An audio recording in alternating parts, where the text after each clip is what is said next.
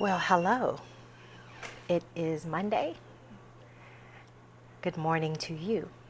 I am Coach Nikki Cates, and this is one of my self-coaching vlogs. How are you? I am, I don't want to use the word struggling. I need to find a new word. Drop in the comments if you have one I can use to replace it. Yesterday, so recap, all day Saturday, I was on my laptop or either before in front of the camera. I had the first group coaching session for the Unmasked series, and that went really well. And so I decided after that to utilize my mojo, my energy. Excuse me. I spent the rest of the day doing content, specifically making sure that the Unmasked series is good to go for this week. You know, creating email templates, and I create a worksheet, and I created the training video. I still have to do the audio for the training video, but like the presentation is done. So I wanted to get as much of that done as possible so I could shift my focus to something different or the next week, depending on how I decide to move this week.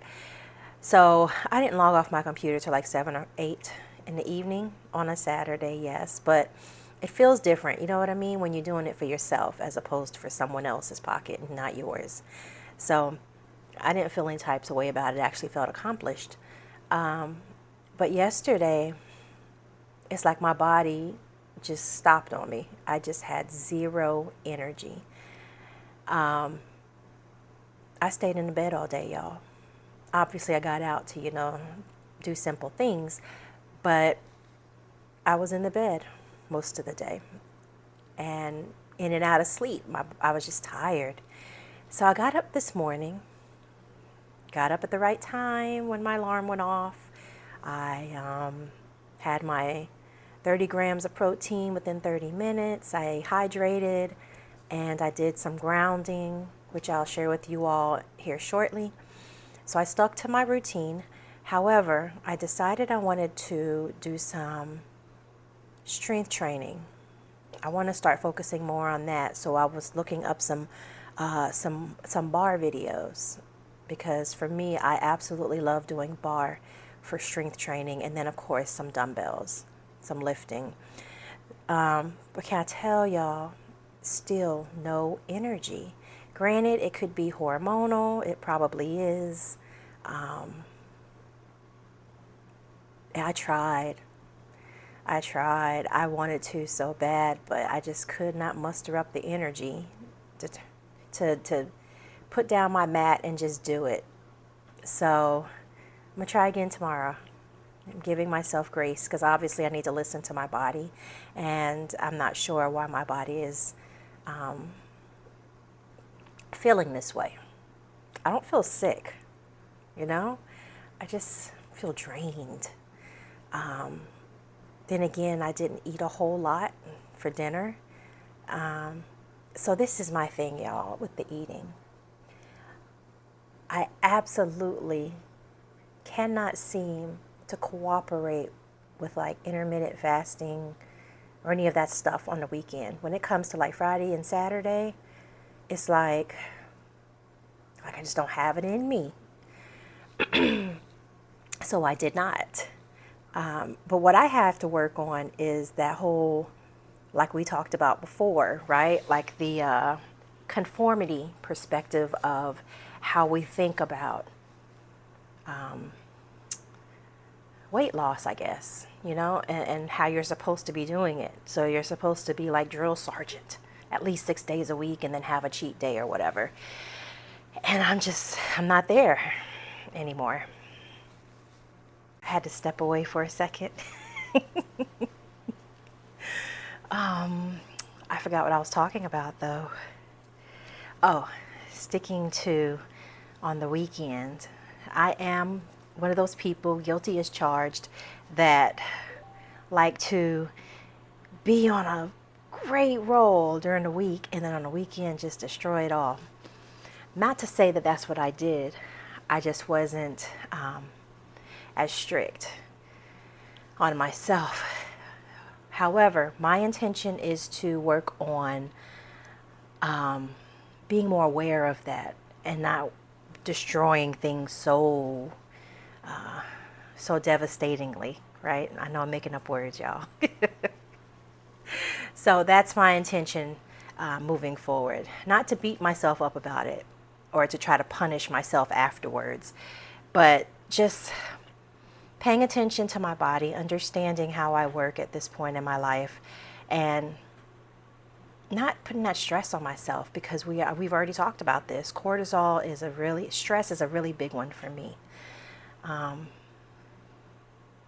Even with prayer and meditation, I find it difficult to still manage stress. So that's something that I have to work consistently at and be very mindful of.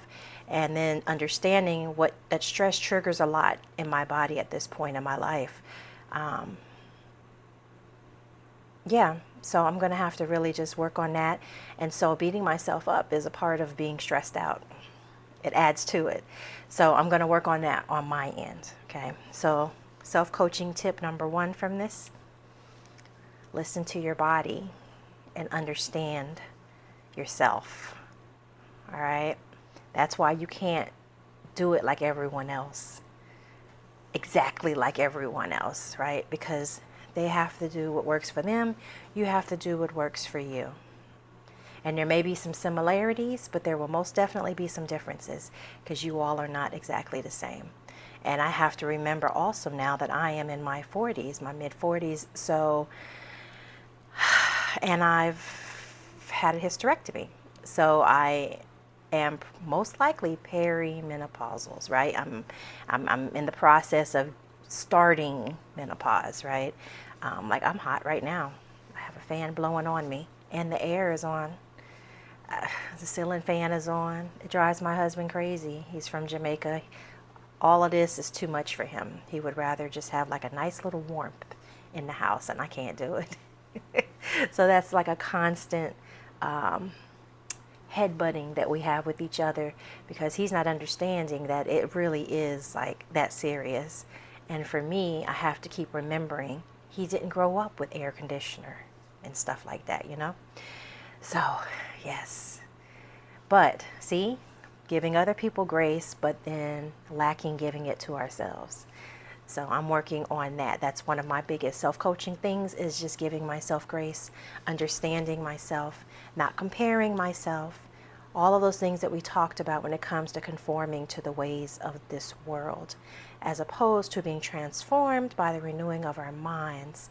Now, granted, we can't do that all on our own. We also have to reference the Word of God, because who else knows how the created should fully function than the Creator, right? So that's where you get that full transformation. You have to apply the natural aspects and the spiritual aspects. That's self-coaching number 2 tip. You have to apply, in order for true transformation, you have to apply the natural side of things and the spiritual side of things. If you only do one or the other, you are out of order and imbalance and not properly aligned, which means you will not reap the fullest from whatever it is that you are hoping to reap. Okay? You want to focus on both aspects. You want to understand, okay, as a human being in this world, what works? Let me figure out what the majority says works, and then how I can use that for my own situation.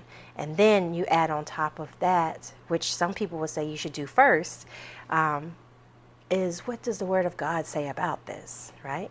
The Word of God already tells us that He is our strength when we are weak, that He will give us power and strength when we wait on Him, right? Meaning, be patient. When we trust Him, He will direct our path, right? That's His Word. His Word tells us to honor our body as a temple of God. The Bible over and over tells us that it is a holistic approach.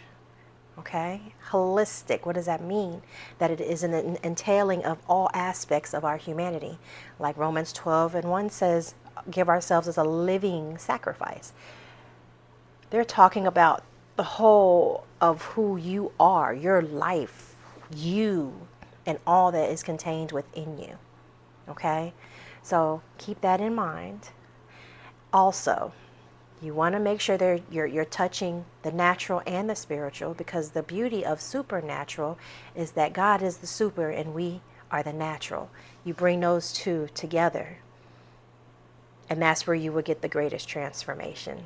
Okay, whether that's weight loss, whether that's walking in your purpose, whether that is ministry, whether that is entrepreneurship, whether that is in your career as you're climbing the ladder, whether that's in your family, in your community, whatever that is, just remember, if you want to see transformation, you want to see lasting change, you want to see fruit that remains, you need to approach it from a natural and a spiritual perspective.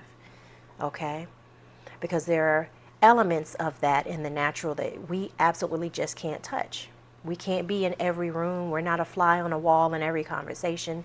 We can't get inside of people's minds. We can't change people's minds or hearts. There's so much we can't control that only God can control. So there has to be a level of trust that you are in alignment for Him to do His part, and you have to do your part.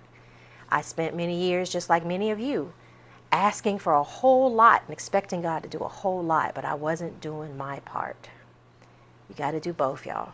Okay? It is a holistic approach. Holistic. The entirety of. Okay? Let's see. Yeah, I think that's all I got for y'all this morning. So I will see you on tomorrow morning. Today it is my intention to finish up some more content for this week. That way I can focus on, I'm getting ready to build out the Unmasked series for business to organization type opportunities, because obviously shifting your business model into a space of bigger checks and bigger opportunities and contracts and bigger reach, right, is a natural progression. And it's always been my intention. I was actually trying to go the government contract route last year and the year before, and it just wasn't settling right in my spirit. It's just not. And now, obviously, with the current administration, it's definitely not the way that I should have went. I remember I paid probably upwards to $2,000 or close to it for a DEI certification, and never finished it, y'all. I was working diligently on it, but it was something in me that was just like, you're wasting your time, you're wasting your time, you're wasting your time. And I learned quite a bit from taking the course, but I never finished it. And yeah, it was a waste of money. Not really, because I did glean from it, very much so. I just don't have the piece of paper. But look now where we are, right? With the dismantling of DEI in the workplace. So my hope is to focus not on corporations or mega corporations. I want to go into small businesses, nonprofits, and institutions. And I want to provide coaching and training for women of color leaders. You know, those women that are in middle management positions that are wanting to be elevated or promoted to the next level, right? Or women of color that are in lower levels that have the potential to be elevated at least to middle and upper. I want to be able to go into those situations, as well as, you know, founders, entrepreneurs, those starting ministries and so forth. I would like to be a go-to coach and trainer for those women. So that is my goal. That is what I'm aiming to transition into, also on top of what I offer to the general public. I don't want to say the general public, but that's the only thing coming to mind. I would like to take that into a professional perspective as well, because again, holistically, personal and professional really do affect each other. And a lot of people like to think that they don't, but they do. At some point, they do, or it already is, and you're not even realizing it because you're blinded by your own ambitions. Been there and done that, okay? All right, well, that's it for me today. I hope y'all have an amazing Monday intentionally, and that you will go and pursue your greatness, okay? And let that start with looking at things from a holistic approach, okay? No longer surface level. Remember that there's so much more below the surface, spiritually and naturally, that you are just not tapping into. Keep that in consideration as you're approaching situations today. All right, I appreciate y'all, and I will talk to y'all tomorrow. Bye.